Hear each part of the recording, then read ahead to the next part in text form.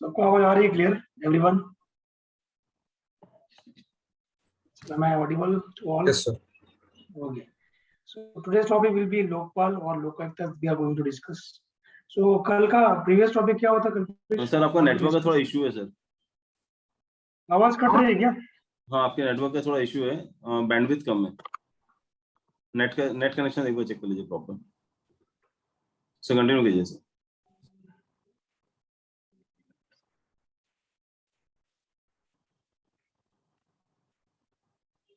Now is it okay sir?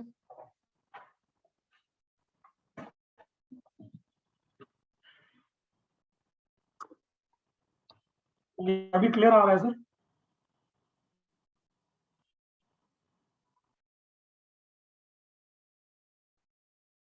आवाज वगैरह clear है क्या? अभी की कोई अभी ब्रेकिंग हो रहा है आवाज में?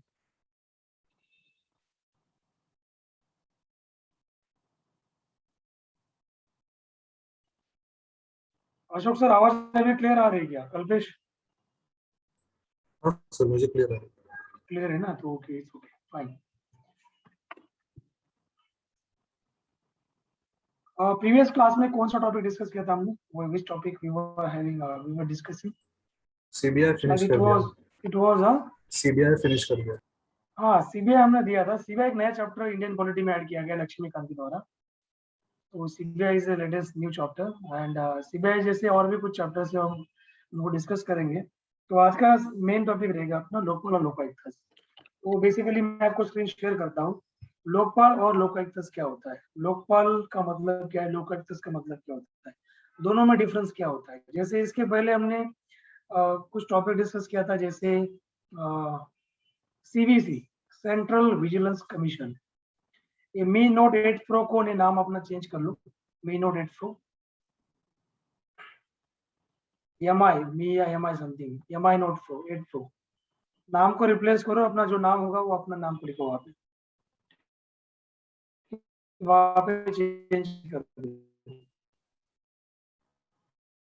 तो जैसे हमने सीवीसी को डिस्कस किया था, सेंट्रल विजिलेंस कमीशन, तो सेंट्रल विजिलेंस, ठीक है, तो सेंट्रल विजिलेंस कमीशन को कब क्रिएट किया गया था? नेट स्लो हो रहा है मेरा, वॉइस ब्रेक होता है मध्य मध्य।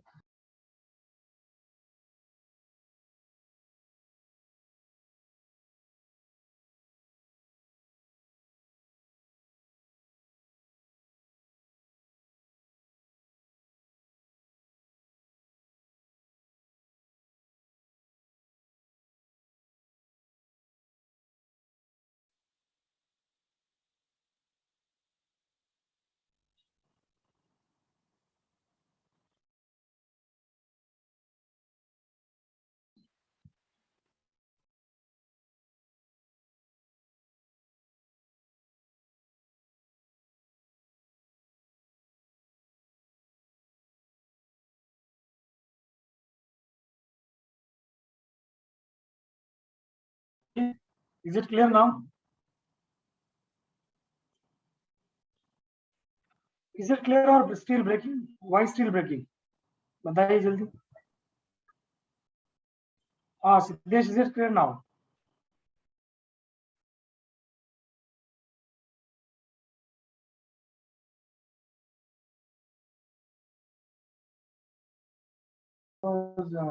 बाकी लोगों को अगर क्लियर है वॉइस, इसका मतलब आप में से किसी को नेट का इशू होगा। सब में कल्पेश, उसके बाद कौन है, अंशुल है। तो आप लोगों को वॉइस क्लियर आ रही है क्या मेरी, या स्टिल ब्रेकिंग? आ रही है सर, क्लियर आ रही है, तो I think might be network को इशू होगा सिद्धेश का, तो एक बार चेक करिए। Okay sir. हाँ यस। तो जैसे मैं बात कर रहा था लोकपाल और लोकायुक्त की, लोकपाल जो होते हैं ना, लोकपाल का काम क्या होता है, और लोकपाल अभी नया बॉडी बनाया गया गवर्नमेंट के द्वारा। पहले लोकपाल नहीं था। लोकपाल की वजह से सेंट्रल और स्टेट गवर्नमेंट या फिर लोकसभा राज्यसभा में बहुत ज्यादा कॉन्फ्लिक्ट भी हुए थे, ठीक है। जैसे कांग्रेस गवर्नमेंट ने 1986 में फर्स्ट टाइम लोकपाल को लेके एक बिल भी प्रेजेंट किया था लोकसभा में, लेकिन वो पास नहीं हो पाया था किसी कारण। और उस टाइम के हमारे prime minister Rajiv Gandhi government के टाइम पे, उसके बाद फिर गवर्नमेंट चेंज था 1990 में, राव गवर्नमेंट आता है, उनके टाइम पे भी पास किया गया था, लेकिन राज्यसभा ने रिजेक्ट करवा दिया था। राज्यसभा में कैसा था कि मेजोरिटी इनको नहीं मिल पाता था। उसके बाद 1996 में बीजेपी पार्टी का गठन हुआ, उनके बाद तो और भी ज्यादा कांग्रेस को चैलेंज मिलने लगे थे। सो लोकपाल को लेके बहुत सारे इश्यूज थे, but it were not getting pass. तो ये बिल पास नहीं होता। फाइनली मोदी गवर्नमेंट ने इसके ऊपर एक अपना स्टैंड दे दिया, ओके, तो उसको पास करवा दिया। तो लोकपाल का बेसिकली इसलिए ये होता है, कंट्री के लिए फायदा होता है कि जो भी करप्शन वगैरह होता है कंट्री में, ठीक है, या फिर कोई करप्शन मानो कोई गवर्नमेंट एजेंसी के द्वारा किया जाता हो, या कोई पॉलिटिकल पार्टीज करती है, ठीक है, या फिर कोई पॉलिटिकल जो पोजीशन है वहां पे किया जाता है, तो इन सारी एक्टिविटीज को क्या करना है, एक प्रकार का कंट्रोल करना। किसी की भी इंक्वायरी लोकपाल कर सकते। लोकपाल एक सेंट्रल लेवल पे काम करता है, लोकायुक्ता स्टेट लेवल पे काम करती है, दोनों में डिफरेंस याद रखना, ठीक है। तो मैं आपको ऐसे बेसिक इन्फॉर्मेशन दे रहा हूँ यहाँ पे लोकपाल और लोकायुक्त के बारे में। दूसरा और एक चीज यहाँ पे होता है कि ये जो लोकपाल वर्ड है, ये अपना इंडियन लैंग्वेज का वर्ड है लोकपाल। इसका जो मेन ओरिजिन है वो ओम्बुड्समैन है। मैं आपको यहाँ पे शेयर करता हूँ, जस्ट मोमेंट। तो लोकपाल को जनरली क्या बोला जाता है, ओम्बुड्समैन बोला जाता है। ओम्बुड्समैन बोलिए व्हाटएवर। उसका थोड़ा स्विस वर्ड है, वो स्विस प्रोनाउंसिएशन।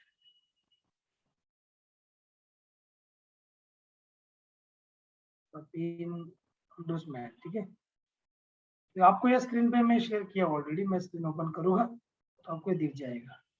तो जनरली ओम्बुड्समैन का मतलब होता है कि एक ऐसी अथॉरिटी कि जो भी कोई मानो करप्टेड, उनके पास कोई कंप्लेंट्स आती है करप्शन के रिगार्डिंग, ऑफिशियल्स की, गवर्नमेंट ऑफिशियल्स की, प्राइवेट की बात नहीं कर रहा, मैं सिर्फ गवर्नमेंट की बात कर रहा हूँ, ठीक है। ये सिर्फ गवर्नमेंट के लिए काम करेगा लोकपाल। अभी मुझे बताओ, अभी इंडिया के नए लोकपाल कौन बने, पहले लोकपाल बने कौन बने in the history of Indian politics? First Lokpal कौन है? ये स्विस वर्ड है ओम्बुड्समैन। पहले स्विट्जरलैंड ने इसको इम्प्लीमेंट करवाया पूरी दुनिया में। तो स्विट्जरलैंड के बाद फिर अलग अलग कंट्रीज ने उसको अलग अलग नाम दिया। तो फ्रांस में भी अभी ये वर्कआउट कर रहा है, ब्रिटेन में भी है, अमेरिका में भी ओम्बुड्समैन है, लेकिन अलग अलग नाम से। इंडिया में इसको लोकपाल नाम से जाना जाता है, लोकपाल, ठीक है। तो बताओ इंडिया के अभी करंट लोकपाल कौन है? कोई बता सकता है मुझे कौन है इंडिया के अभी present Lokpal? Sir is it Pinaki Ghosh? Yes, Pinaki Chandra Ghosh. It is Pinaki Chandra Ghosh, okay. Specifically from Bengal के वो बिलोंग करते हैं। तो ये पहले लोकपाल बने। और लोकपाल बनने का जो कोई अगर पर्सन को लोकपाल अगर बनाया जाता है तो उसका क्वालिफिकेशन क्या होना चाहिए, उसकी डिग्री क्या होनी चाहिए, उसका बैकग्राउंड क्या होना चाहिए, वो सारी चीजें देखी जाती है। अगर कोई पर्सन अगर लोकपाल बनता है तो उसका जुडिशियल क्वालिफिकेशन होना चाहिए कि वो पहले कोई हाई कोर्ट के जज रहे होंगे, सुप्रीम कोर्ट के जज रहे होंगे, ठीक है। उसी पर्सन का, उसी लेवल का पर्सन एक इंडिया का ओम्बुड्समैन बन सकता है, एक लोकपाल बन सकता है, ठीक है। करप्शन रिलेटेड केसेस को हैंडल करने का काम करता है, ये आपको याद रखना है। बाकी इसकी पूरी जानकारी डिटेल्स में आपको आगे देता हूँ, ठीक है। यहाँ तक कोई डाउट? सर इंडियाचा होल कंट्रीचा लोकपाल अजून स्टेटचा काय? स्टेटसाठी लोकायुक्ताच असतो, लोकायुक्ता। स्टेट ओके के सर. लिए लोकायुक्ता होता है, इंडिया के लिए लोकपाल होता है, ठीक है। जैसे वो सेंट्रल लेवल पे काम करेगा और लोकायुक्ता स्टेट लेवल पे काम करता है। तो मानो स्टेट सर्विस में जो भी ऑफिसर्स आते हैं स्टेट पीएससी के द्वारा जो सिलेक्ट किए जाते हैं वो आ गए, उसके बाद स्टेट पॉलिटिकल पार्टीज आ गई, उन सबकी इंक्वायरी, सबका जो भी मानो उनके पास अगर किसी गवर्नमेंट एम्प्लॉय या किसी गवर्नमेंट पॉलिटिकल पार्टी के बारे में अगर उनको इन्फॉर्मेशन मिलती है कि इन्होंने इतना करप्शन किया है, तो उनको वहां पे इंक्वायरी करवा सकते हैं, ठीक है। तो उनके अंडर में कौन से पोजीशन आती है उन सब में बताऊंगा आपको। जैसे जुडिशियल भी उनके अंडर में आता है कि नहीं आता है, प्राइम मिनिस्टर ऑफिस उनके अंडर में आता है कि नहीं आता है, आर्मी मिलिट्री उनके अंडर में आती है कि नहीं आती है, ये कहाँ कहाँ पे अपनी इंक्वायरी वो लगा सकते हैं, कहाँ कहाँ पे उनको अपना टारगेट करवा सकते हैं, ठीक है। तो सारी जानकारी मैं आपको आगे देता हूँ। तो बेसिकली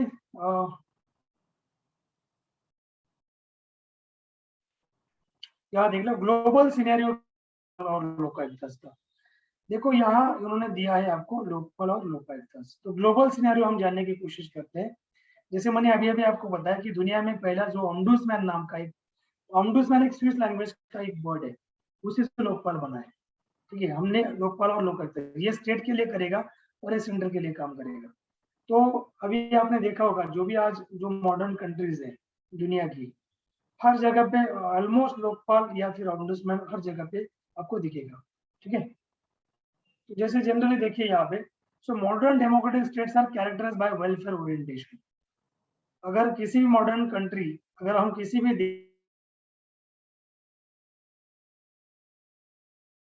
देश को, अगर किसी भी डेमोक्रेसी अगर हम मॉडर्न डेमोक्रेसी बोलते हैं, तो इसका मतलब ये होता है कि करप्शन की चीजें कम होती होंगी, उसी को हम मॉडर्न डेमोक्रेसी बोल सकते हैं। वहां पे कोई ऐसी करप्शन से एक्टिविटीज नहीं है, अगर मानो होती भी होंगी लेकिन कम लेवल में होती होंगी। आपने देखा होगा अमेरिका जैसी कंट्री में भी करप्शन होता है, नहीं होता ऐसा नहीं है। ठीक है, तो स्विट्जरलैंड एक में वो ऐसा कंट्री दुनिया का जहां आपको करप्शन नाम की चीज दिखेगी नहीं। स्विट्जरलैंड इतना ट्रांसपेरेंट उनका डेमोक्रेसी, उनका ट्रांसपेरेंट उनका सिस्टम होता है। छोटा देश है ना, इसीलिए देश जितना छोटा होगा उतने उस देश में ज्यादा ट्रांसपेरेंसी होती है गवर्नमेंट फंक्शनिंग में as well as administrative functioning में। So government has come to play an important role in the social या socio economic development of a nation.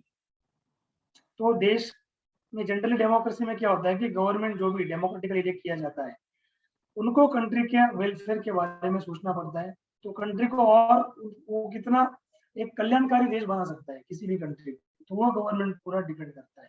ठीक है, तो अगर मान लो अगर हमने किसी गवर्नमेंट को चूज किया है, after 6 years we chose Modi government and we have chosen him just because of he will bring out some changes in India, he will make India a corruption free country. देखा था कि नहीं आपने?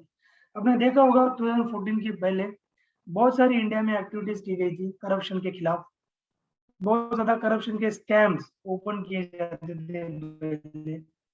आपने ये भी देखा होगा, जैसे विनोद राय उस टाइम पे सीएजी थे, सीएजी यानी controller and auditor general of India. Chapter मैंने ऑडिटर, अगर जिनका नहीं होगा उनको रिपीटेशन में आ जाएगा। तो जो कैग थे पहले 2014 के पहले वो विनोद राय थे। जब विनोद राय कैग थे तो उन्होंने बहुत सारे बड़े बड़े स्कैम्स ओपन किए थे। जैसे आपने देखा होगा सुरेश कलमाडी का घोटाला ओपन किया था, कौन सा वो इनका किया था उन्होंने, कॉमनवेल्थ गेम्स इंडिया में कंडक्ट किए जाने वाले थे उस टाइम पे, तो उसमें भी उन्होंने नियर अबाउट 80,000 करोड़ का घोटाला किया था। उसके बाद ये राजा का घोटाला निकला था, उसके बाद इनका भी घोटाला निकला था, लालू प्रसाद यादव का, तो पार्टी थोड़ी बदनाम हुई थी। और जितने स्कैम्स बाहर आएंगे, जितने करप्शन के घोटाले बाहर निकलेंगे, उतना जो गवर्नमेंट उस टाइम पे है उतना वो गवर्नमेंट बदनाम होगा। ठीक है, तो इसीलिए लोकपाल का क्या काम क्या होता है कि एक डेमोक्रेसी जो भी है ना उसमें एक ट्रांसपेरेंसी हो, कोई भी ऐसा घपला ना हो। ठीक है, ऐसा करप्शन जैसी चीजें ना हो। उसका क्या होता है कि नेगेटिव असर कंट्री की ग्रोथ पे पड़ता है। ओके, इसका इसीलिए एक कंट्री को करप्शन फ्री, और उस टाइम पे आपने देखा होगा कि अन्ना हजारे ने आंदोलन चलाया था। Anna Hazare was the main face. उसके बाद बाबा रामदेव थे, रामदेव ने भी आंदोलन करवाया था, ब्लैक मनी के रिगार्डिंग किया था। उस टाइम पे इंडिया में बोला जाता था कि बहुत ब्लैक मनी है, सारा पैसा स्विस बैंक में जा रहा है इंडिया से। तो बाबा रामदेव ने भी आंदोलन किया था, अन्ना हजारे ने भी किया था, दोनों। बाबा रामदेव को तो कांग्रेस उठा के जेल में रख दिया था, बाबा रामदेव। ठीक है, तो वो उस टाइम पे, लेकिन आज अगर आपने देखा, आज भी करप्शन घोटाले इंडिया में होते कि नहीं होते, लेकिन इतनी सारी केसेस सामने नहीं आई।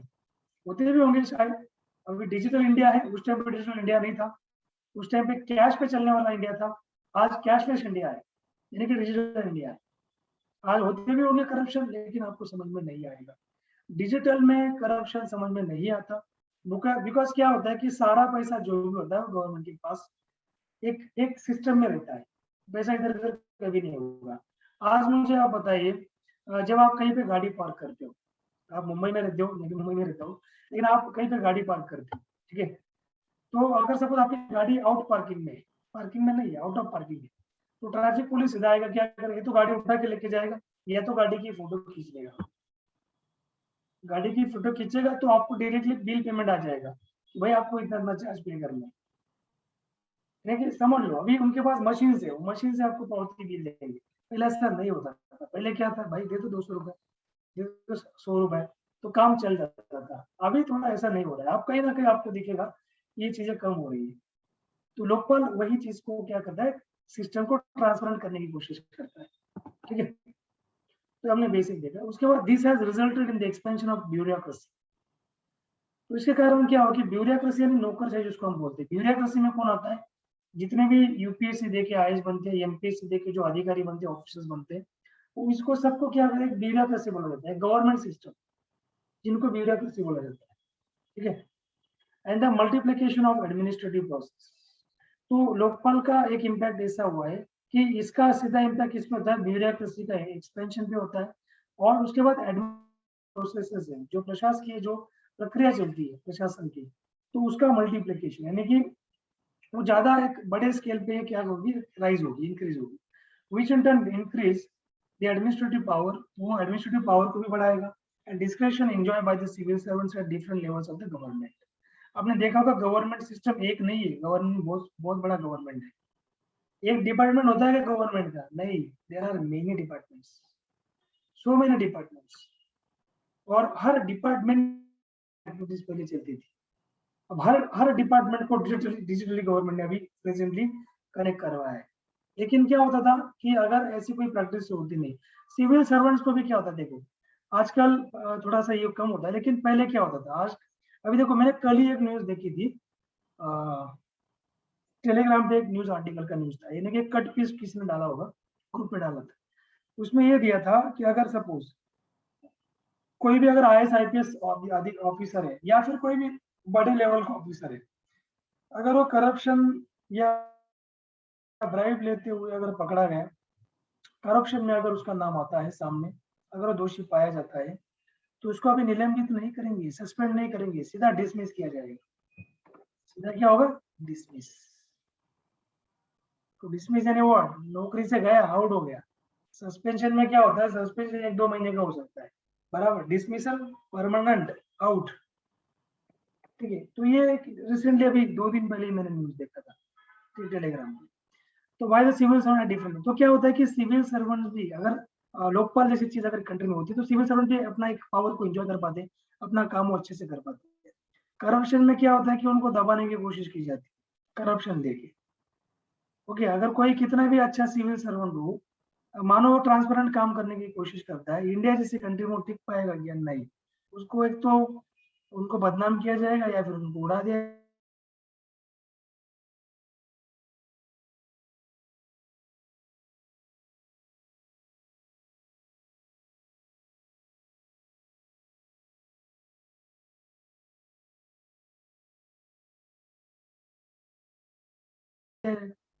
बराबर है कि नहीं। तो ये चीजें अगर ट्रांसफर करेंगे ना, फिर दोबारा कभी देने की बात था, और डीसी के टाइम पे भी करप्शन होता था, उनके कंपनी के सर्वेंट्स करप्शन करते थे। मैंने हिस्ट्री में पढ़ा है, मराठी का बैच पे एक्चुअली पढ़ा है मैंने हिस्ट्री में, ठीक है। तो उस टाइम पे भी करप्शन होता था, उसके बाद भी प्रशासन आया तभी करप्शन स्टार्ट था, हो ही रहा है। आज होता नहीं, ऐसा नहीं है पूरा करप्शन फ्री इंडिया नहीं, आज भी चलता है, कहीं ना कहीं किधर ना किधर चलता है। आज भी कोई ट्रैफिक पुलिस भी अगर आप देखोगे ना, सैलरी छोड़ो उनकी, 70,000 महीने का कमा के लेके जाता है। मुंबई जैसी सिटी में तो फिर सवाल ही अलग है, बात ही कुछ अलग है। मुंबई में जो पीआई बैठता है ना, पीआई पुलिस इंस्पेक्टर, कम से कम 25 लाख रुपए तो महीने का लेके जाते हैं। वो मैंने तो 2015 में सुना था ऐसा। आज कितना कमाता होगा बात अलग है, ठीक है। आज करप्शन कम नहीं हुआ है, तो इसलिए लोकपाल को लाया गया है कि और भी सिस्टम को क्लीन किया जाए, जो सिस्टम डर्टी हो चुका है। Okay, so the abuse of this power and discretion by civil servants once opens up scope for harassment, malpractices, maladministration and corruption. तो पहले क्या होता था कि जो भी सिविल सर्वेंट होते थे, वो करप्शन के लिए हरेसमेंट करते थे, माल प्रैक्टिसेस करते थे, माल एडमिनिस्ट्रेशन करते थे, करप्शन जैसे प्रैक्टिसेस करते थे, पहले ऐसा होता था। तो such a situation gives rise to citizens grievances against administration. तो क्या करेंगे, देखो मानो किसी पर्सन का बिजनेस है, ठीक है, कोई आदमी बिजनेस चलाता है या फिर 2 नंबर का बिजनेस करता है या 1 नंबर का भी होगा, लेकिन प्रशासन को भी एक आदत पड़ जाती थी पहले से कि यार चलो इसको मैनेज करते हैं, ये पैसा नहीं दे रहा है, तो चलो इसके ऊपर थोड़ा सा जाके थोड़ा सा डराते हैं कि ये साला ये यानी कि पैसा देगा। तो ऐसे सिचुएशन में क्या होता था कि लोग है ना कंप्लेंट लेके आते थे, फिर कि यार ये सिविल सर्वेंट है, बहुत परेशान कर रहा है। मानो आपका बियर बार का बिजनेस है, बियर बार शॉप भी आपका बियर बार शॉप है, या फिर बियर बार नहीं, बियर शॉप होगा, wine shop, wine wine shop होगा, या फिर बियर बार होगा। तो आपको पता है उन लोगों का हफ्ता देना पड़ता है, पुलिस लोगों को देना पड़ता है कि नहीं, ऑफिस देना पड़ता है। तो अगर नहीं दिया तो पुलिस लोग उनको परेशान करते हैं, फ्री में खा भी जाते, फ्री में बॉटल भी लेके जाते, ऊपर से पैसा ही मांगते हैं। तो ये क्या है, हरेसमेंट है क्या? तो उनका बिजनेस का नुकसान है ना, ऑब्वियस है। तो वो तो बोला भाई मैं तो महीने का आपको बिजनेस, यानी कि आपको मैं हफ्ता भी दे रहा हूँ, ऊपर से आप मुझे परेशान भी कर रहे हो, अब ये भी हफ्ते दे, फिर से बोल रहे हो और दो। तो इसीलिए ये क्या होता है ना कि ये सिचुएशन को, यानी कि ये जो सिटीजन के ग्रीवेंस का वर्ड है ना यहाँ पे, तो इस वर्ड को आप यहाँ पे बोल सकते हो कि इसीलिए लोग क्या करते हैं, कंप्लेंट्स करते हैं। कोई बिजनेसमैन है, बिजनेस रन कर रहा है, कोई रेवेन्यू ऑफिसर है, वो बोल रहा है कि भाई तूने इतना टैक्स नहीं पे किया हमें, तो तुम्हें भी इस बार 20 लाख रुपए एक्स्ट्रा देना पड़ेगा। तो ये क्या होगी? तो ऑलरेडी भाई टैक्स पे कर रहा है वो, तुम ऊपर से बोल रहे हो कि नहीं तुम्हारा तो ओरिजिनल इतना बिजनेस निकल रहा है, तुम तो इतना ही टैक्स पे कर रहे हो। तो ये हैरेसमेंट नहीं तो क्या हो गया? ठीक है। तो इसीलिए फिर लोकपाल जैसी चीज को यहाँ पे लाना, इंट्रोड्यूस करना बहुत इंपॉर्टेंट गवर्नमेंट के लिए था। तो the success of democracy and the realisation of socio economic development depends on extent to which citizens grievances are redressed. अगर लोगों की कंप्लेंट का निवारण गवर्नमेंट के द्वारा अगर नहीं किया जा रहा है ना, तो इसका मतलब वो डेमोक्रेसी एक सक्सेसफुल डेमोक्रेसी नहीं है। आप डेमोक्रेसी का मतलब जानते हो? डेमोक्रेसी का मतलब क्या होता है बताइए, कौन बताएगा? What is democracy?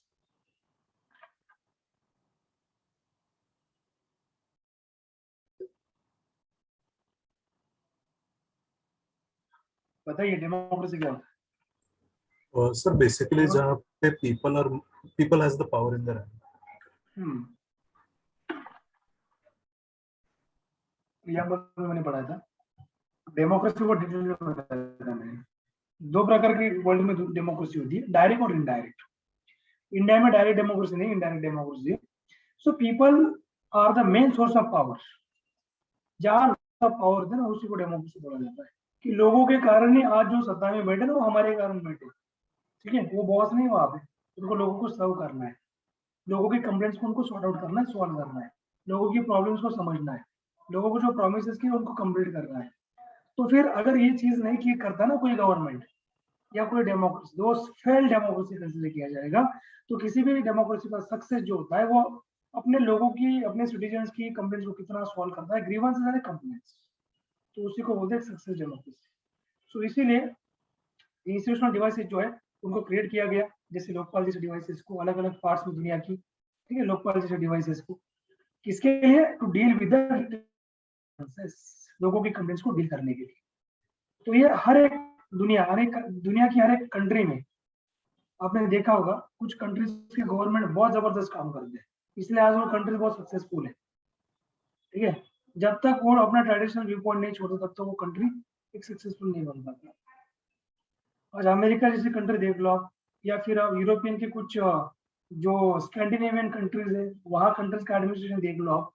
नॉर्वे जैसा कंट्री है, कितना डेवलप कंट्रीज है, छोटा कंट्री है, बट प्रशासन वहाँ का नंबर 1 पे है। हर इंडेक्स में, दुनिया की हर इंडेक्स में नंबर 1 पे आता है। इवन करप्शन इंडेक्स में, जैसे डेनमार्क नंबर 1 पे फिलहाल करप्शन इंडेक्स में, डेनमार्क में इतना करप्शन नहीं होता। ओके, तो उनको ग्रेड अच्छा है। तो ये सारी चीजें कंट्रीज की ग्रेडिंग निकलती है, corruption index, corruption ranking. India का रैंक तो बहुत बहुत आगे, 70+ है करप्शन रैंकिंग। अभी थोड़ा मोदी आया, थोड़ा कम हो गया, 65 के अराउंड है कुछ। कांग्रेस आता 80, 77, 80 के अराउंड था इंडिया का रैंक। तो इसीलिए मैंने आपको ये बताया, 3 प्रकार के सिस्टम दुनिया में वर्कआउट कर रही है। पहला है ऑब्डोसमैन सिस्टम, दूसरा एडमिनिस्ट्रेटिव कोर्ट सिस्टम, और तीसरा होता है प्रोक्यूरेटर सिस्टम। ये सिस्टम क्या होती है, कौन से कंट्री में कौन सा सिस्टम वर्कआउट कर रहा है, उसको हम थोड़ा देखेंगे। देखो मैंने अभी आपको ऑम्बुड्समैन ये वर्ड बताया था, ऑम्बुड्समैन, और हमने जो है ना ये पहले सिस्टम पे फोकस किया। इंडिया में पहला वाला सिस्टम यूज किया जाता है, सेकेंड और थर्ड वाला नहीं। इसी से हमने क्या नाम दिया, लोकपाल नाम दिया, इसी नाम को। ये स्विट्जरलैंड, ये स्विस लैंग्वेज का वर्ड है ऑम्बुड्समैन सिस्टम। ये स्कैंडिनेवियन कंट्रीज में चलता है। एडमिनिस्ट्रेटिव कोर्ट सिस्टम जो है ना, ये जैसे फ्रांस, ऑस्ट्रेलिया, उन कंट्रीज में ही चलता है। प्रोक्यूरेटर सिस्टम ये थोड़ा सा अमेरिकन ब्रिटिश कंट्रीज में चलता है। ओके, तो मैं आपको वन बाय वन नीचे एक्सप्लेन करने वाला हूँ कौन सा सिस्टम कहाँ पे यूटिलाइज किया जाता है, ठीक है, और वो कैसे फंक्शन करता है। बस खाली नाम अलग अलग है उनके, बाकी वो फंक्शन उनके सेम है सर। नाम हर एक कंट्री का अलग अलग होता है ना, कि कोई भी कंट्री कॉपी नहीं करेगा ना किसी कंट्री का भी। तो हमने भी कहा कॉपी किया, हमने तो लोकपाल नाम दिया, हमने थोड़ी ऑब्वियसली नाम दिया। सो द यानी कि सेम है बट नाम अलग अलग दिया है। So the earliest democratic institution created in the world for the redressal of citizens' grievances is the Scandinavian Institution of Ombudsman. देखिए स्कैंडिनेवियन कंट्रीज कौन सी आती है? Luxembourg, Norway, Switzerland, Sweden, Denmark, उसके बाद लग्जमबर्ग, ये भी स्कैंडिनेवियन कंट्री में आता है। तो ये सारे स्कैंडिनेवियन कंट्री दुनिया की सबसे बेस्ट कंट्री इनको बोला जाता है वर्ल्ड की, ठीक है। क्राइम आपको वहां कुछ दिखेगा नहीं, उसके बाद वहां करप्शन आपको नहीं मिलेगा, हेल्थ में वो लोग अच्छे हैं स्कैंडिनेवियन कंट्रीज के लोग, एजुकेशन में नंबर 1 पे है लोग, 100% लिटरेसी वहां पे, हर इंडेक्स में वो टॉप करते हैं। जॉब केस में वहां पे सारी चीजें अच्छी है, वहां पे ऐसी कोई दिक्कत नहीं आती कभी भी। इसीलिए और आपने अब देखो, आप आईएएस ऑफिसर बन जाओ, एमपीएससी में से आप बड़े बड़े अधिकारी बन जाओ ऑफिसर्स, आपको इन कंट्रीज में घूमने को मिलेगा चांस। तो जब आप जाओगे ना तब आप इन लोगों का सिस्टम देखोगे वहां पे, यार क्या सिस्टम है और क्या इंडिया है, ठीक है। तो डिफरेंस, तो चलो हम कंपैरिजन नहीं करना है हमें यहाँ पे, तो मुझे आपको ये समझाना है कि स्कैंडिनेवियन कंट्री ने पहले अपने अपने देश में उन कंट्रीज में उन्होंने सिटीजन्स के ग्रीवेंस जो है ना, सिटीजन्स की कंप्लेंट्स को सॉल्व करने के लिए कुछ डेमोक्रेटिक इंस्टीट्यूशन को उन्होंने क्रिएट किया था, और उन्हीं को उन्होंने नाम दे, देखो यहाँ पर डोनाल्ड सी रावत एक इंटरनेशनल अथॉरिटी है ऑम्बुड्समैन के ऊपर, इन्होंने उनको एक यूनिकली अप्रोप्रिएट इंस्टीट्यूशन बोला था जो सिटीजन्स के कंप्लेंट्स को डील करता है, उनको अच्छे से सॉर्ट आउट करता है और एक अनफेयर एडमिनिस्ट्रेटिव एक्शंस की तरह काम करता है, यानी कि अनफेयर। तो फेयर अनफेयर आपको पता है, तो ऐसे डिफरेंसेस नहीं करने का, जो भी काम करना है ट्रांसपेरेंसली करना है कि इसके ऊपर डिफरेंट थोड़ा ये किया वो किया। इंडिया में कैसा वचनाबाजी चल जाता है, वैसे उन कंट्रीज में नहीं चलता। तुम किसी का कुछ भी हो, वो वहां का खासदार का बेटा है, एमएलए का, एमपी का पोता है, उससे हमें कुछ लेना देना नहीं, तूने क्राइम किया है तो रिस्पॉन्सिबल। आपने अगर रिसेंटली देखा होगा, देखो कोई तो कंट्री का आया था, कनाडा का आया था शायद, उसने कोई सिग्नल रूल को तोड़ा था और उनको फाइन पे करना पड़ा था वहां, देखो फाइन पे करना पड़ा था, और एक किसी कंट्री के बारे में आया था। तो ये सिस्टम को कौन अच्छा बनाता है? लोकपाल बनाता है। तो ऐसा है क्या इंडिया में? तो भाई तो एमपी नाम गाड़ी पे नाम लगा देते, गवर्नमेंट ऑफ भारत सरकार, गवर्नमेंट ऑफ इंडिया, महाराष्ट्र शासन, और भी आगे कुछ लगा लेंगे, या आमदार, नीचे लगा आमदार लिख लेते हैं, खासदार, शिवसेना, ये सब पार्टी का नाम लिख लेते हैं। तो फिर सिग्नल तोड़ के भी गए तो ट्रैफिक पुलिस को पकड़ेगा नहीं, बिकॉज वो बड़ा लीडर है। तो ये इंडिया, और कॉमन आदमी को तोड़ने तो सिग्नल को तुरंत बाजू में ले लेगा। आज भी वही हो रहा है, बड़ी गाड़ी दिखी, कोई बड़ा नाम है गाड़ी पे लिखा हुआ, तो उसको कोई पकड़ेगा नहीं, और उसके पीछे कॉमन आदमी की गाड़ी रहने दो।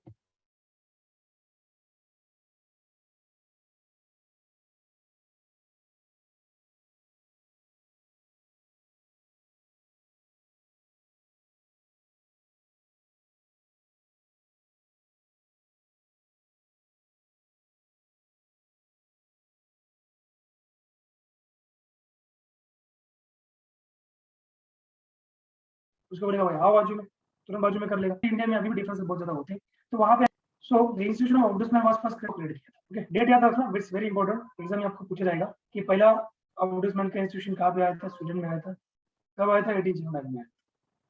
ये स्वीडिश टर्म है, स्वीडिश लैंग्वेज में उसको ऑम्बुड्समैन बोला जाता है, ठीक है। एंड उसका मतलब उन्होंने यहाँ पे दिया है, देखो ऑम्बुड्समैन का मतलब क्या होता है? ये एक ऐसा एक पर्सन होता है who acts as a representative और स्पोकमैन ऑफ अनदर पर्सन, ठीक है।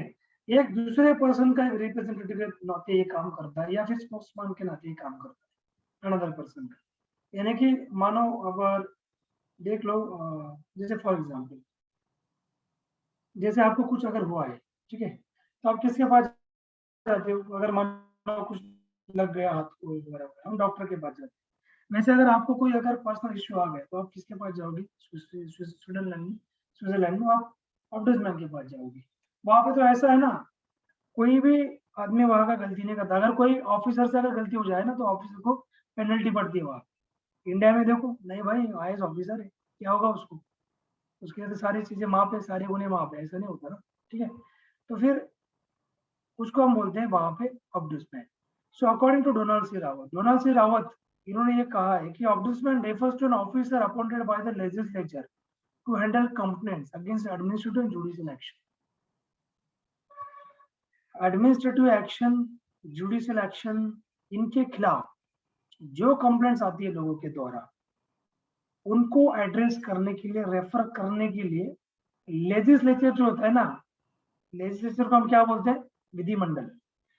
उनको रेफर करने के लिए, उनको एड्रेस करने के लिए, ऐसी कंप्लेंट्स को एड्रेस करने के लिए विधिमंडल के द्वारा एक अपॉइंट किया जाने वाला पर्सन, एक पोजीशन, तो उसको बोला जाता है ऑब्डसमैन।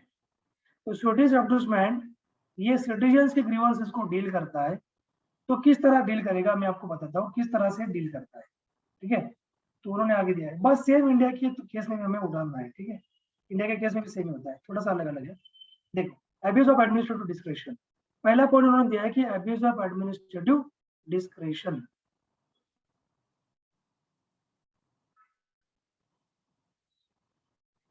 Anshul, I didn't get your question, समझ में नहीं आया मुझे, अनम्यूट करके पूछिए।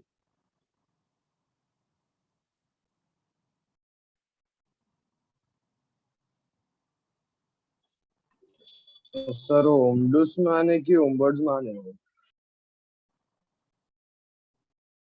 स्पेलिंग कौन सा करेक्ट है, सब पूछ रहे हो आप?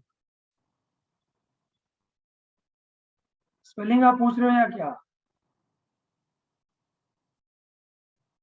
तो यहाँ पे दिया है ना आपको कि ओम्बुड्समैन है, ऑब्डसमैन बोलो, प्रोनाउंसिएशन कुछ भी प्रोनाउंसिएशन नहीं जाना है आपको, यहाँ पहले टर्म समझना है। जो आपने यहाँ पे जो क्वेश्चन पूछा है, तो आपने OMDU वाला पूछा है, वो नहीं, वो सही नहीं है। जो पहला वाला आपने पूछा है वो वाला करेक्ट है। ठीक है, सो फर्स्ट वाला करेक्ट है, सामने मैंने स्क्रीन पे शेयर किया है, तो आप यहाँ पे देख सकते हो, क्या देख पा रहे हैं ना? तो ये वाला जो है ना, ये वाला करेक्ट है, जो सेकंड जो तुमने किया वो नहीं है। उसके बाद तो यहाँ इसका जनरली फंक्शन क्या होता है, ग्रीवेंसेस को वो कैसे हैंडल करते हैं? हाँ बोलिए।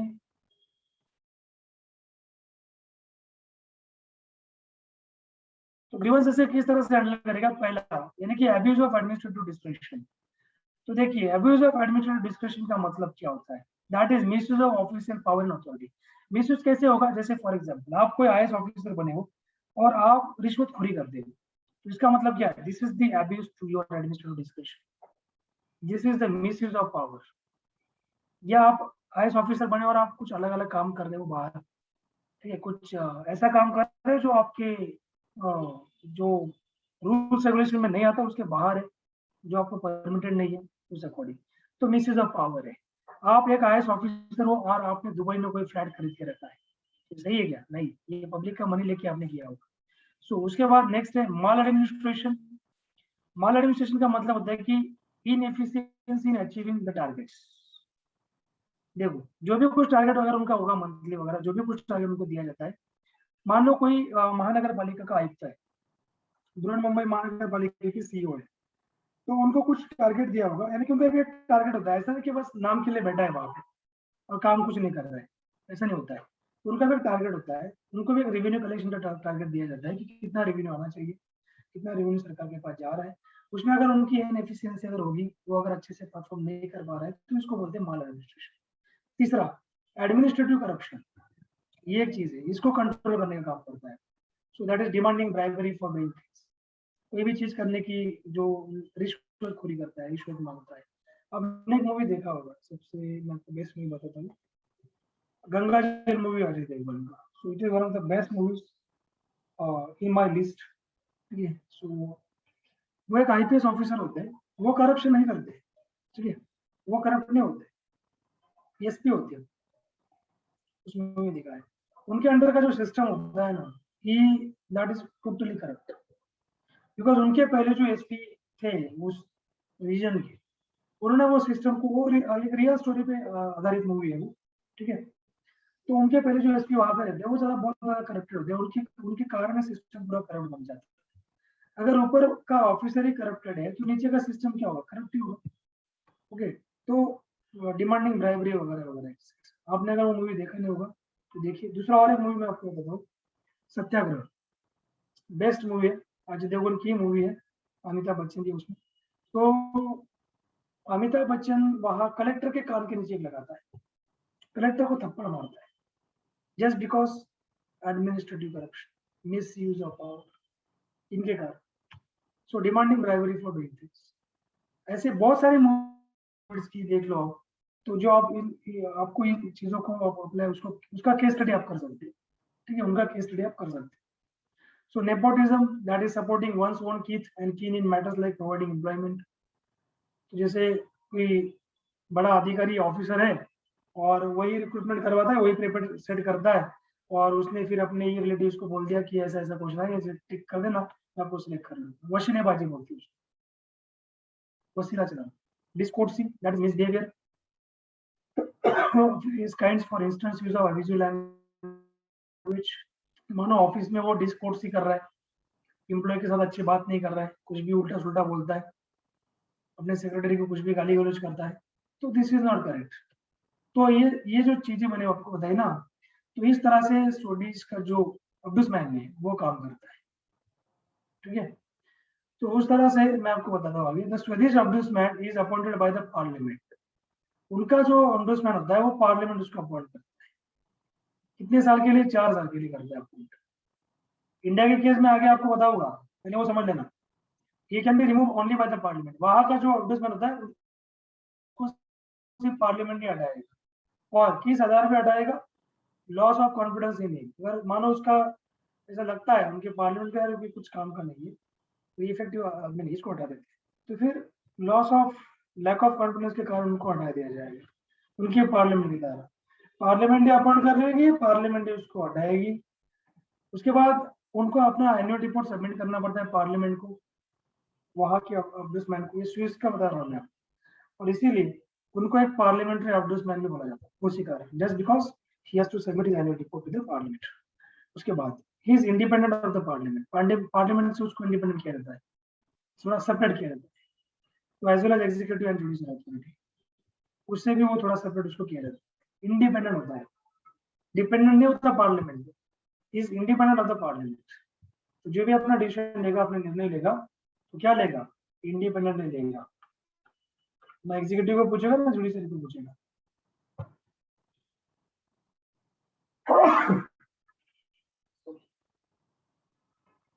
कोई क्वेरी वगैरह होगी तो पूछ सकते हैं आप।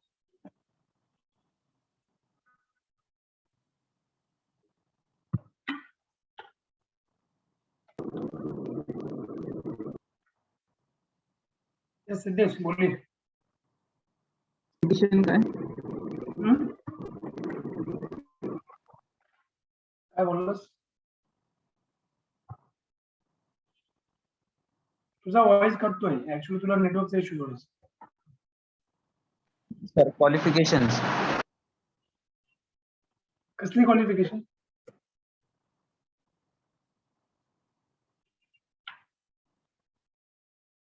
कंप्लीट पॉइंट बोल, म्हणजे अनम्यूट करून मला कळेल।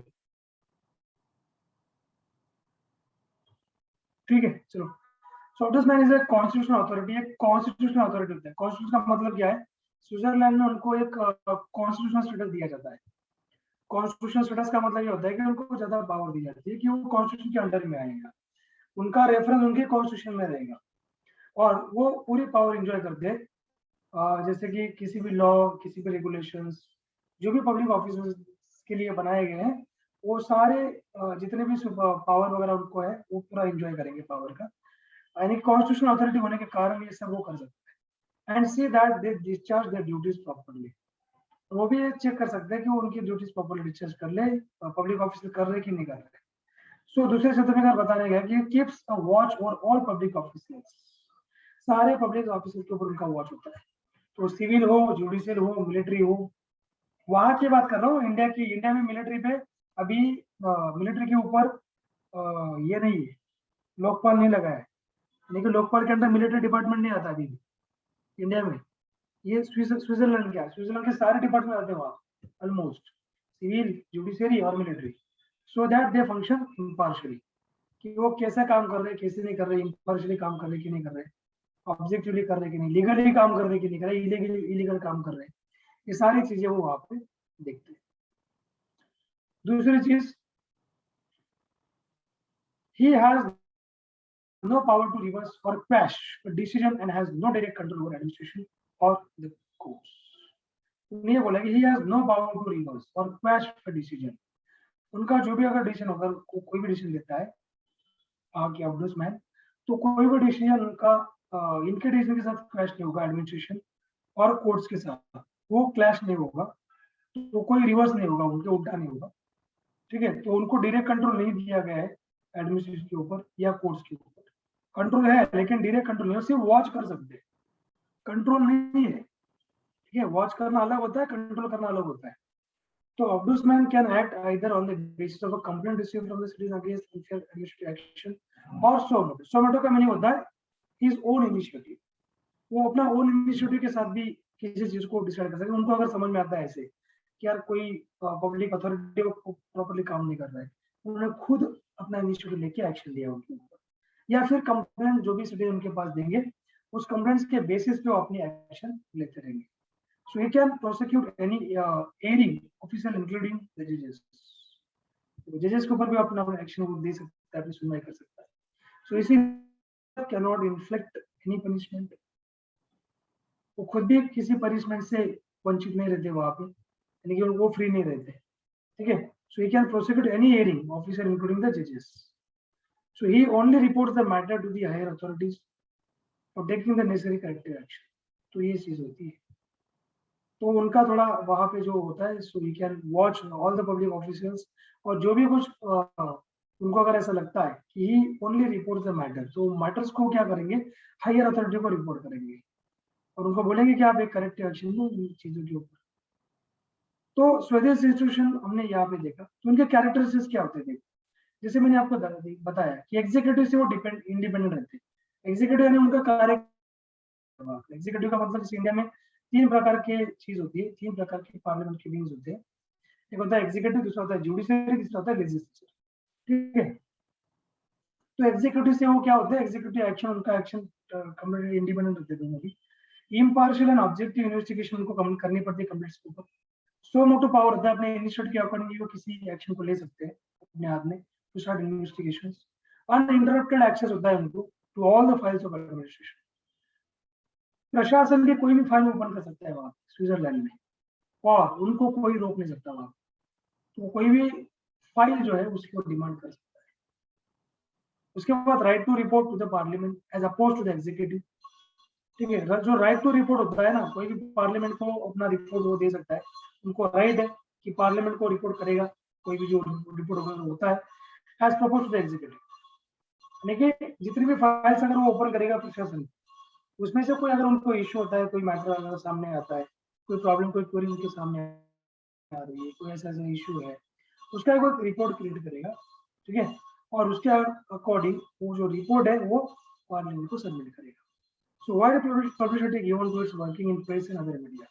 वहाँ पे क्या होता है स्विट्जरलैंड में, स्वीडन में ये होता है कि उनकी जो भी वर्किंग है ना, वहाँ की वर्किंग, उनको प्रेस अदर मीडिया में बहुत ज्यादा पब्लिसिटी दी जाती है, बहुत ज्यादा। इंडिया में ऐसा नहीं होता है, direct simple informal cheap and speedy method होती है हैंडलिंग की, वो वहाँ पे आप इम्प्लीमेंट करवा सकते हैं, ठीक है, कंप्लेंट्स को हैंडल करने की।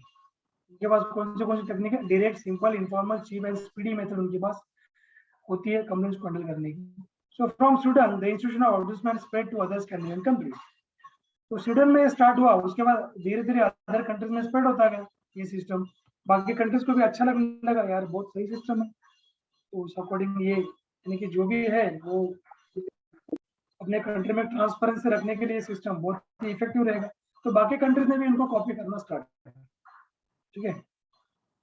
तो उसके साथ साथ डेनमार्क ने इसको इम्प्लीमेंट किया 1919 में, सॉरी फिनलैंड ने, डेनमार्क ने किया 1955 में, नॉर्वे ने किया 1962 में, ओके। तो इस तरह से देखो 1962 में वहाँ पे इम्प्लीमेंट हो गया था। इंडिया बहुत डिले है। इंडिया में 2019 में हुआ। इंडिया में 2019 में किया गया। 2019 आप कंसिडर कर सकते हो।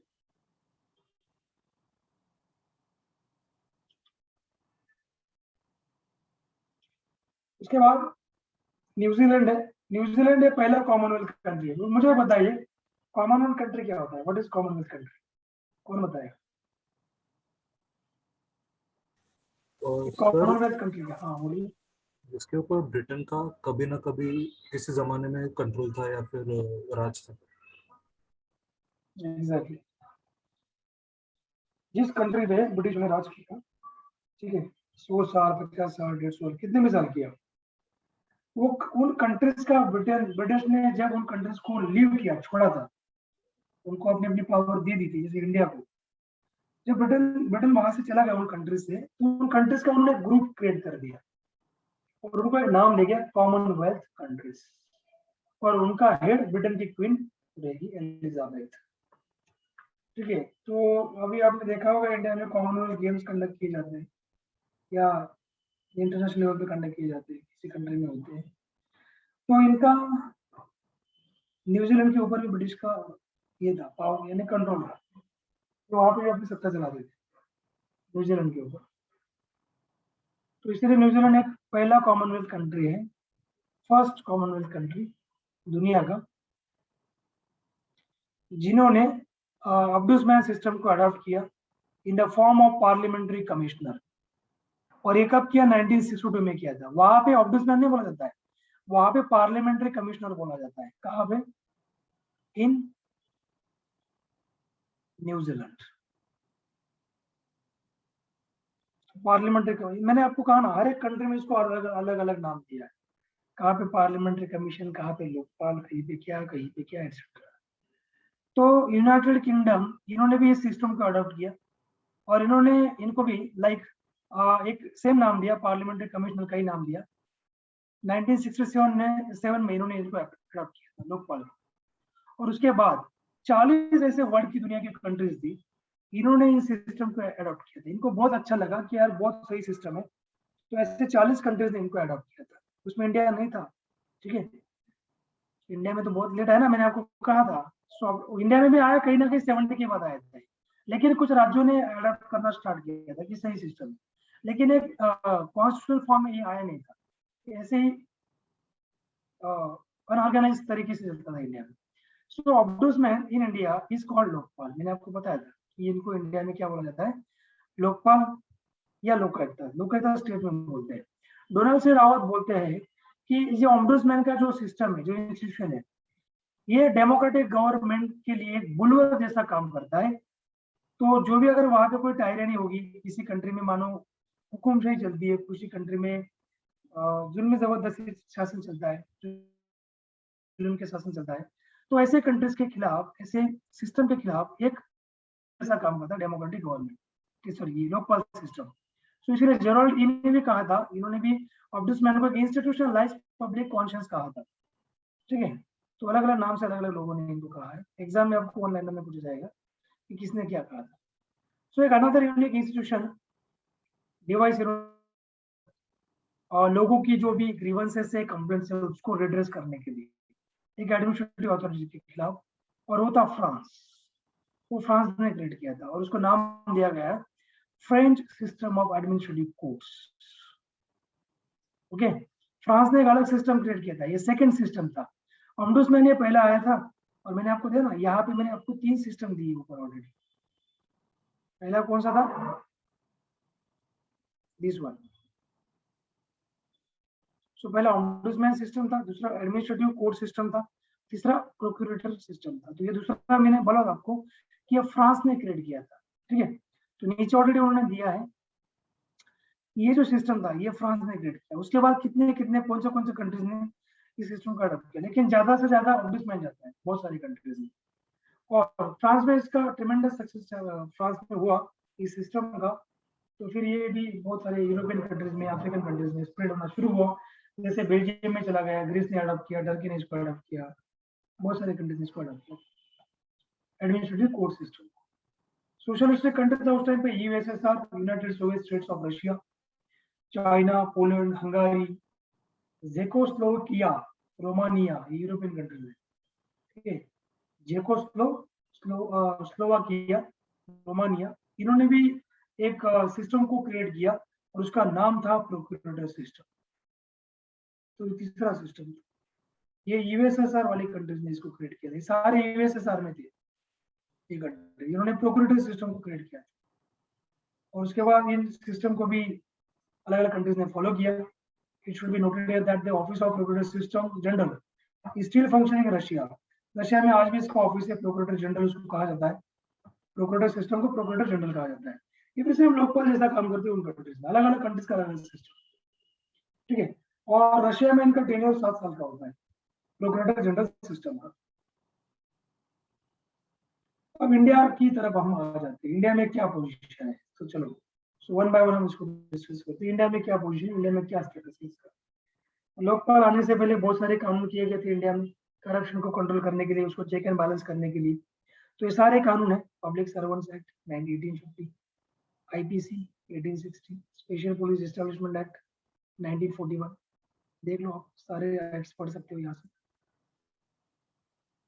देखो सीवीसी का नाम मैंने लिया था अभी, ये भी था, state vigilance commission, anti corruption bureau, CBI वगैरह, ये भी है यहाँ पे, सीबीआई भी हमारा हो गया कल की क्लास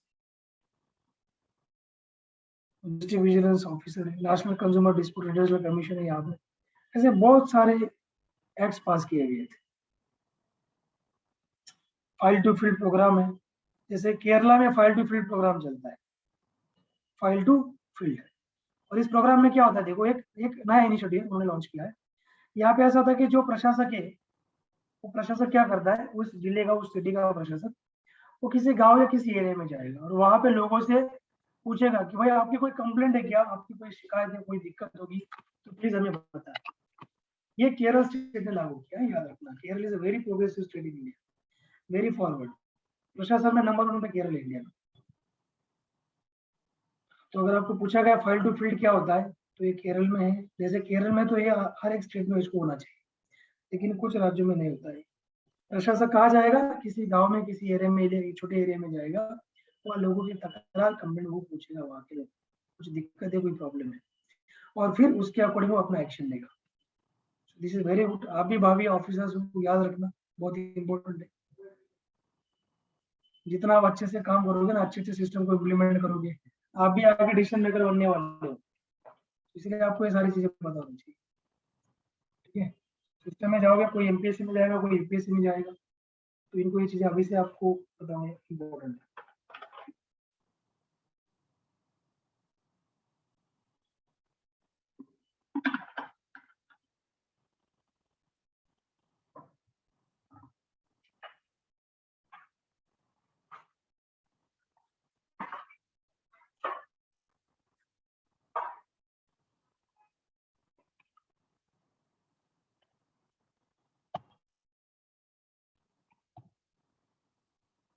अब हम आते हैं लोकपाल पे।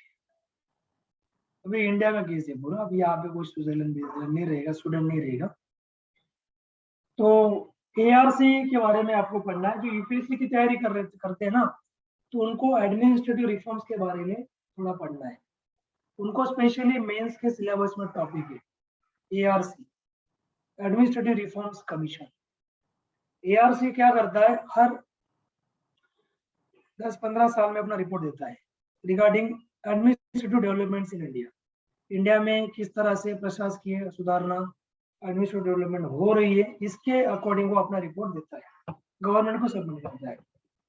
तो एआरसी ने 1966 और 1970 में एक ऐसी ही चीज को रेफर उन्होंने बोला था कि जैसे स्विट्जरलैंड में इस तरह से वहां का ऑब्वियसमेंट सिस्टम को चालू किया गया, फ्रांस में एक कोर्ट सिस्टम को चालू किया गया, रिक्रूटर सिस्टम को इन्होंने स्टार्ट किया चाइना ने, रशिया ने, तो फिर क्यों ना हम भी स्टार्ट करें लोकपाल और लोकायुक्त को, लोगों की शिकायतें को एड्रेस करने के लिए।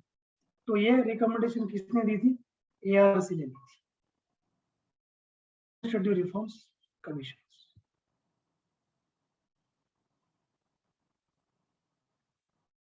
जैसे स्कैंडिनेवियन कंट्रीज में इनको ऑब्डुसमैन के नाम पे इस्टेब्लिश किया गया था। न्यूजीलैंड में इनको पार्लियामेंट्री कमिश्नर का नाम दिया गया। ब्रिटेन में भी पार्लियामेंट्री कमिश्नर बोला जाता था। तो लोकपाल वो deal with complaints against ministers and secretaries at central. तो देखो यहाँ पे लोकपाल का काम क्या होगा, सेंट्रल लेवल पे, स्टेट लेवल पे जो भी मिनिस्टर्स है, जो भी सेक्रेटरीज है, सचिवालय, उनके अगेंस्ट में जो कुछ कंप्लेंट आ रही लोगों से, उनसे डील करने का काम किसका होगा, लोकपाल का होगा। और लोकायुक्त का काम क्या होगा, लोकायुक्त का काम होगा one at the centre and one in every state. जैसे ये जो पहला वाला है लोकपाल, ये सेंट्रल लेवल पे काम करेगा, और दूसरा वाला स्टेट लेवल पे काम करेगा, स्टेट को डील करेगा with complaints against other specified higher officers. जो अदर स्पेसिफाइड हायर ऑफिसर्स है उनके कंप्लेंट्स को डील करेंगे कौन, लोकायुक्त।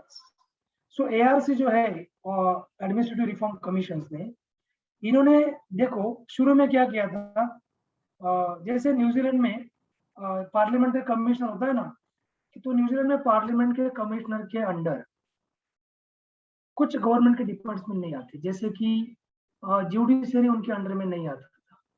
वैसे सिमिलरली एआरसी ने क्या बताया कि जुडिशरी को लोकपाल के अंडर में नहीं लेना है, नहीं तो फिर क्या होगा, बहुत दिक्कत हो जाएगी फिर। ठीक है, जुडिशरी एक न्याय देने वाला मंडल है, न्याय मंडल है, तो न्याय मंडल को हम न्याय मंडल की तरह ही रखेंगे, इनको हम लोकपाल के अंडर में नहीं डालेंगे। तो ऐसा एआरसी ने बताया था शुरू में। लेकिन जैसे न्यूजीलैंड में भी वही है कि वो उनका जो जुडिशरी न्यूजीलैंड का, वो उनका पार्लियामेंट्री कमीशन के अंडर नहीं आता है, कि वहां की शिकायतें ये एड्रेस नहीं करेंगे, जुडिशरी के रिगार्डिंग शिकायतें। वैसे इंडिया में भी किया गया है। लेकिन स्वीडन में क्या होता है, स्वीडन में सारी चीजें, जुडिशरी हो, सिविल हो, मिलिट्री हो, पॉलिटिकल हो, एवरीथिंग उन्होंने ऑब्डुसमैन के अंडर ही रखा है। ठीक है, स्वीडन में। तो वहां इसलिए मैं बोलता हूँ ना, बहुत ज्यादा ट्रांसपेरेंसी उन कंट्रीज। तो एआरसी रिपोर्ट के मुताबिक, एडमिनिस्ट्रेटिव रिफॉर्म कमीशन के मुताबिक, लोकपाल को कौन अपॉइंट करेगा, प्रेसिडेंट अपॉइंट करेंगे। कौन अपॉइंट करेंगे, प्रेसिडेंट अपॉइंट करेंगे। मैं आपको पता होगा लोकपाल का क्या होना चाहिए, क्वालिफिकेशन क्या, एजुकेशन लगता है, एजुकेशन छोड़ो, क्वालिफिकेशन क्या लगता है, ये इंपॉर्टेंट है। एजुकेशन नॉट, एजुकेशन तो अलग पार्ट हो गया, उनका एकेडमिक हो गया, क्वालिफिकेशन इंपॉर्टेंट है। ठीक है, तो यहाँ पे देखिए, लोकपाल को अपॉइंट कौन करेगा, प्रेसिडेंट अपॉइंट करेगा। लेकिन वो अपने हिसाब से करेगा क्या, अपना खुद का डिसीजन लेगा, नहीं। उनको चीफ जस्टिस ऑफ इंडिया से डिस्कस करना पड़ेगा, सलाह लेना पड़ेगा, उनका कंसल्ट करना पड़ेगा कि भाई, और जब वो कंसल्ट करेंगे तभी वो प्रेसिडेंट अपॉइंट करेंगे लोकपाल को। उसके बाद चीफ जस्टिस ऑफ इंडिया के साथ डिस्कस करेंगे, उसके साथ साथ स्पीकर ऑफ लोकसभा के साथ भी उनको डिस्कस करना पड़ेगा, चेयरमैन ऑफ राज्यसभा के साथ भी उनको कंसल्ट लेना पड़ेगा इनका। तो इन तीनों को कंसल्ट करके वो लोकपाल को अपॉइंट करते हैं। तो एग्जाम में सीधा बहुत ज्यादा इंपॉर्टेंट लाइन है, स्टार मार्क लाइन है, ये 100% पूछा जाता है एग्जाम, 100% कि कौन अपॉइंट करता है। तो वो तो सिंपल है, कौन करेगा, प्रेसिडेंट करेगा। लेकिन किसके साथ डिस्कस करके करेगा, चीफ जस्टिस ऑफ इंडिया, ठीक है, यानी सीजीआई, उसके बाद स्पीकर ऑफ लोकसभा, और उसके बाद chairman of Rajya Sabha. These three things keep in mind. अब उनके कुछ फीचर्स है, कुछ वैशिष्ट है, वो हम आगे वन बाय वन देख लेते हैं। जिसमें पहला फीचर क्या आता है, लोकपाल और लोकायुक्त का, वो हम देखेंगे। दोनों की बात कर रहे हैं। They should be demonstratively independent, impartial.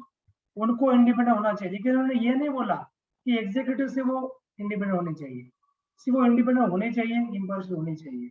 Impartial वो भेद नहीं करेंगे किसी के बीच, चलो ये ऑफिस मेरा क्लोज है, ये मेरा दूर है, ये मेरा नहीं सुनता है, मेरा सुनता है, ऐसा कोई डिफरेंस नहीं करेंगे। ठीक है, देयर इन्वेस्टिगेशन, उनकी जो भी कुछ इन्वेस्टिगेशन होगी, जो भी कुछ प्रोसीडिंग्स होगी, वो एक private, should be conducted in private, वो प्राइवेटली कंडक्ट होनी चाहिए, वो कभी भी मीडिया में नहीं आनी चाहिए।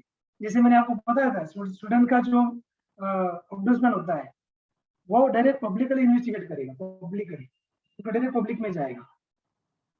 ठीक है, अगर किसी की नहीं होगा, लेकिन ये प्राइवेट में होता है, इंडिया आज भी प्राइवेट ही चलता है। Their appointment should be as far as possible non political. उनकी अपॉइंटमेंट नॉन पॉलिटिकल होनी चाहिए। मैंने आपको बताया था ना कि वो एक तो जुडिशियल क्वालिफिकेशन का बंदा होना चाहिए। यहाँ दिया देखो, their status should compare with the highest judicial functionaries in the country. Means वो जुडिशियल का ही रहेगा, उसी से कंपेयर उसका किया जाएगा, या वो रहेगा या फिर उसके जैसा कोई और रहेगा। They should deal with matters in the discretionary field involving acts of injustice, corruption, favoritism. Favoritism है वोशिलेबाजी, जहाँ पे अन्याय हो रहा है, जहाँ पे घोटाले हो रहे हैं, जहाँ पे अन्याय को सपोर्ट किया जा रहा है, अन्याय को बाजू में रखा जा रहा है, फेवरेटिज्म को सपोर्ट किया जा रहा है। तो इन चीज के खिलाफ वो केसेस को, इन चीज के अगेंस्ट जो कमेंट्स आती है, उन केसेस को डील करेंगे, उन मैटर्स को डील।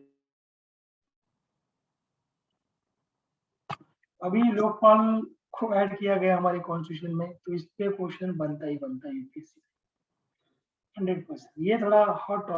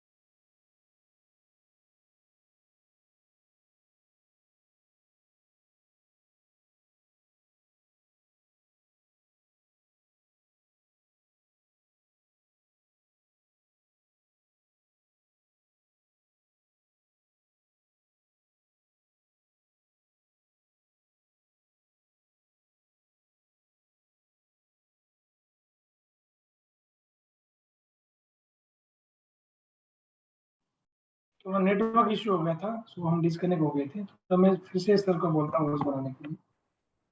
देखता हूँ होस्ट का राइट नहीं है, मुझे निकल गया। ठीक है, ओके चलिए, सर ने होस्ट बना दिया।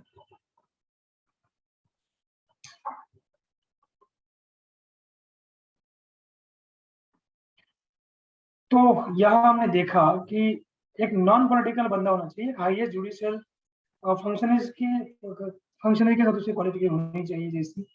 उसके साथ साथ इनजस्टिस, करप्शन, फेवरेटिज्म को फेवर नहीं करेगा, वहाँ पे वो अपनी एक्शन करेगा, काम करेगा। जुडिशियल इंटरफेरेंस जो भी होता है ना, तो उन प्रोसीडिंग्स को वो कभी भी सब्जेक्ट एड्रेस नहीं करेंगे। They should have the maximum latitude. उनको लैटिट्यूड का मतलब होता है कि थोड़ा उनको स्पेस मिलना चाहिए, मैक्सिमम पावर मिलनी चाहिए। किसके खिलाफ? उनकी ड्यूटीज को पूरा करने की। ठीक है, उसके साथ साथ यानी कि वो जो भी फंक्शन कर रहे हैं ना, उनमें कोई इंटरफेयर नहीं होना चाहिए। They should not look forward to any benefit or pecuniary advantage from the executive government. जो भी कोई एग्जीक्यूटिव गवर्नमेंट है, जो भी अभी शासन चला रहा है, उनसे कोई भी एक उनको एक एडवांटेज होगा, उनको बेनिफिट होगा, वो चीज को उन्होंने नहीं देखना चाहिए। बस अपना जो फंक्शन है, काम है, वो अपना करता रहेगा, उन चीजों को देखेगा नहीं। सो गवर्नमेंट ऑफ इंडिया जो है, उन्होंने एआरसी की जो रिकमेंडेशंस थी वो एक्सेप्ट कर ली थी। ठीक है, ये एआरसी की रिकमेंडेशन थी सारी, तो ऐसा होना चाहिए अपना लोकपाल। तो गवर्नमेंट ने एक्सेप्ट कर लिया, और उसके बाद गवर्नमेंट ने बोला कि 10 official job attempts have been made to bring about legislation on this subject. तो कुछ लेजिस्लेशन को लाया जाएगा इसके रिगार्डिंग।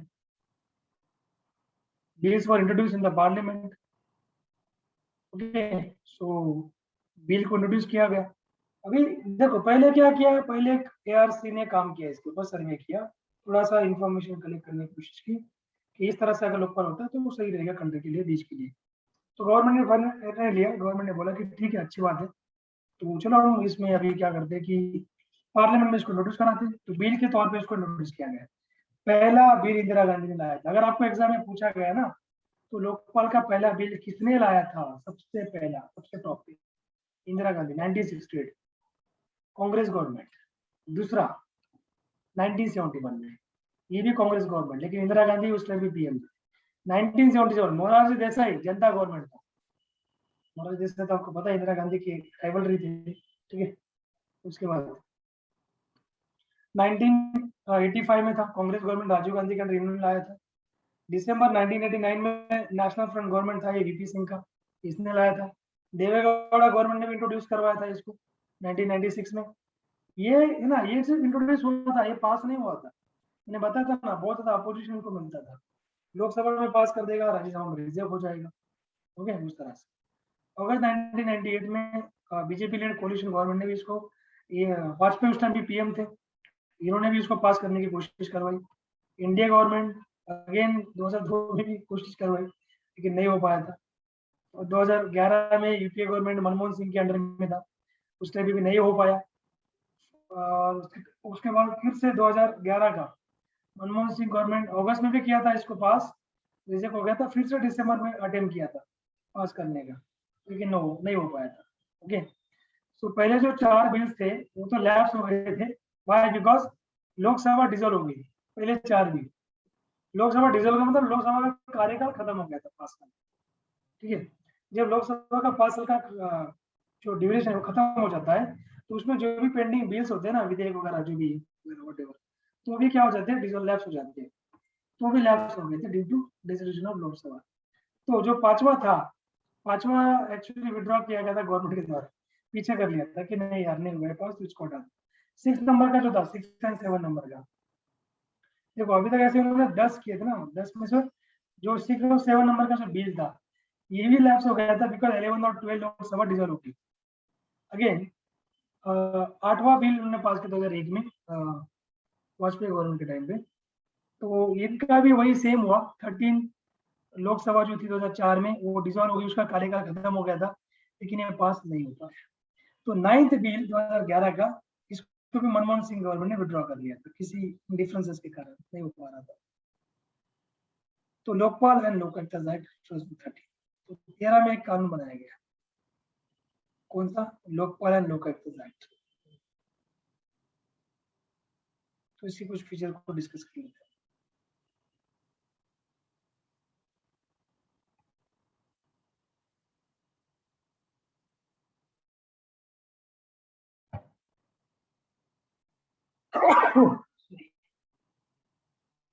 तो लोकपाल एंड लोक आयुक्त एक्ट 2013, उसके फीचर्स क्या देख लेते हैं। तो salient features of Lokpal and लोक आयुक्त, ये इंपॉर्टेंट है, आपको एग्जाम में पूछा जाएगा, लेकिन फिर से मोदी गवर्नमेंट ने इसको पास करवाया था। तो देखिए बहुत सारे फीचर्स है, इसमें से कोई भी एक फीचर पूछ सकता है। देखो यूपीएससी या एमपीएससी एक ऐसे एग्जाम्स है, कॉम्पिटिटिव एग्जाम्स है, ऐसा नहीं कि यही पूछेगा वही पूछेगा, कुछ भी पूछ सकता है। तो आपको ओवरऑल प्रिपेयर रहना है, डिटेल में चीजें लाइन टू लाइन पढ़नी है, तभी आपको एग्जाम में आएगा, तभी कुछ नहीं आएगा। आपको सिर्फ मैं बता दूं लिमिटेड ही है, बस इतना ही करो उतने से आ जाएगा, ये चीज वर्कआउट नहीं करेगा। बहुत बड़ी बड़ी एग्जाम्स है, यूपीएससी से सिविल के एग्जाम है, तो उसमें आपको थर नॉलेज होना चाहिए किसी भी चीज का। 2013 की जो कानून है ना, लोकपाल लोक आयुक्त एक्ट, उसके फीचर से पहला फीचर देख लो। सेंटर और स्टेट लेवल में लोकपाल और लोक आयुक्त जैसे इंस्टीट्यूट्स को स्टैब्लिश किया जाएगा, ये पहला उसका फीचर था।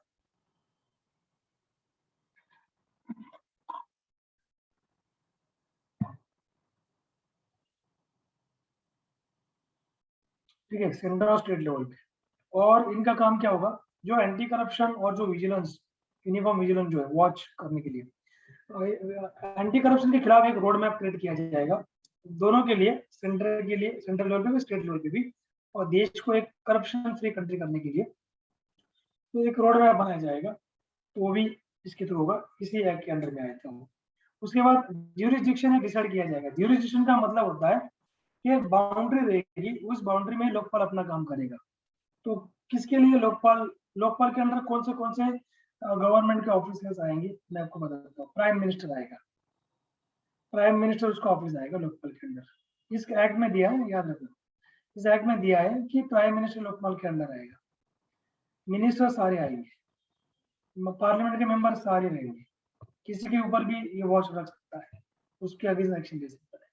और group A B C D के जो भी ऑफिसर्स है, सेंट्रल गवर्नमेंट के जो भी ऑफिसर्स है, वो सारे जो है ना लोकपाल के अंडर में आएंगे।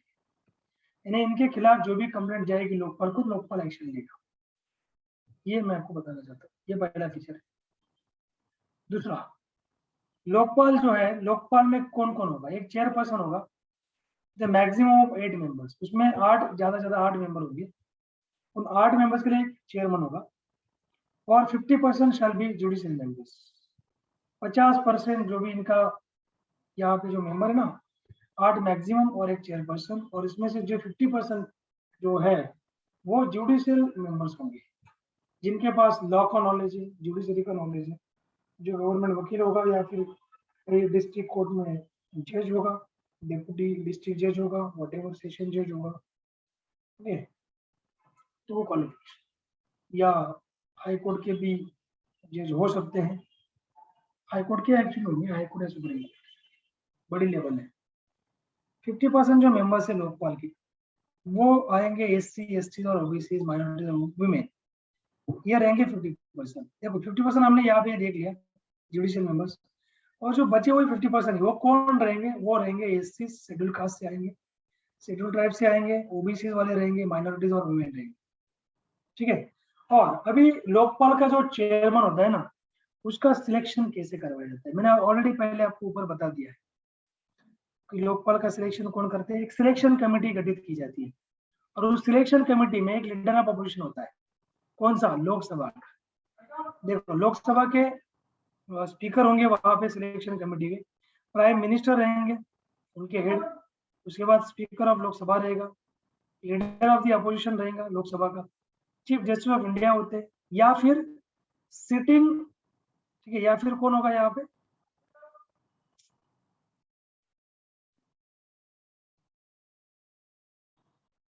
एक मिनट, ठीक है, ठीक है, या फिर यहाँ पे कौन होगा? सिटिंग सुप्रीम कोर्ट जज होंगे, जो चीफ जस्टिस ऑफ इंडिया के द्वारा उनको नॉमिनेट किया जाएगा, उनको चूज किया जाएगा।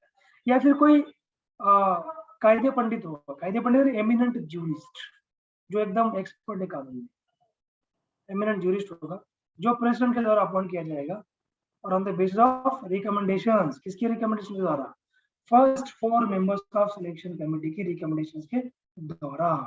तो फर्स्ट 4 मेंबर कौन है? प्राइम मिनिस्टर है, लोक स्पीकर ऑफ लोकसभा है, लीडर ऑफ अपोजिशन है और चीफ जस्टिस ऑफ इंडिया है, ठीक है। तो इस तरह ये अपॉइंटमेंट, ये जो पैराग्राफ है ना, ये बहुत इंपॉर्टेंट है। ये पहले मैं आपको जो बोल रहा हूँ ना, ये दो नंबर का पॉइंट है पहला, दूसरा ये वाला पॉइंट है 4 नंबर का point, this are very very important, ठीक है।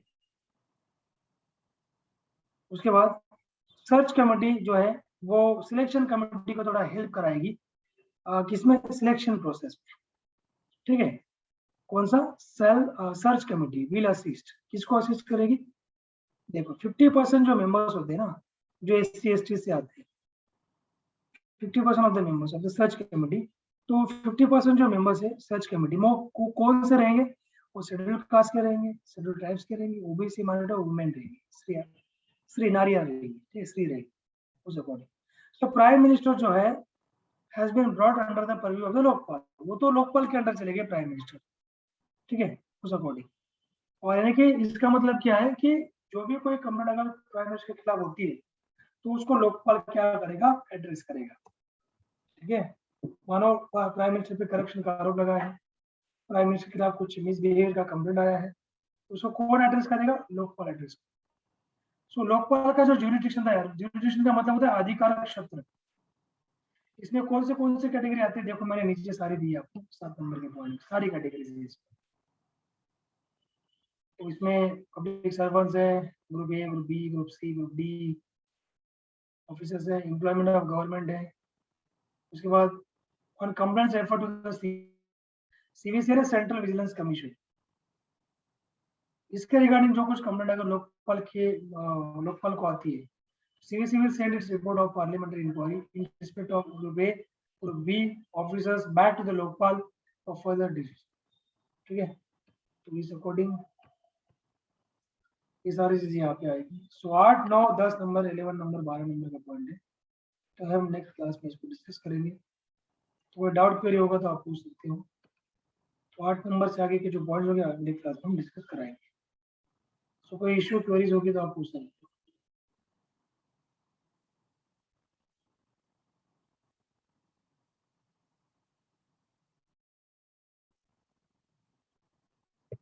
दो मिनट आपको है क्विज के लिए।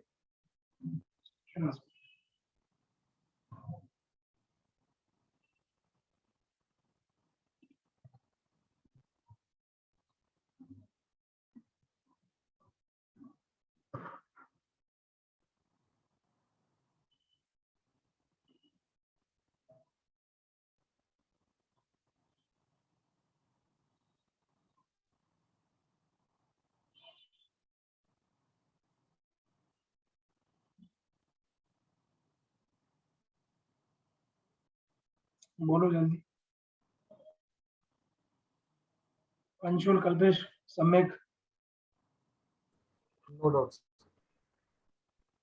Anshul and doubt. No sir. सम्यक।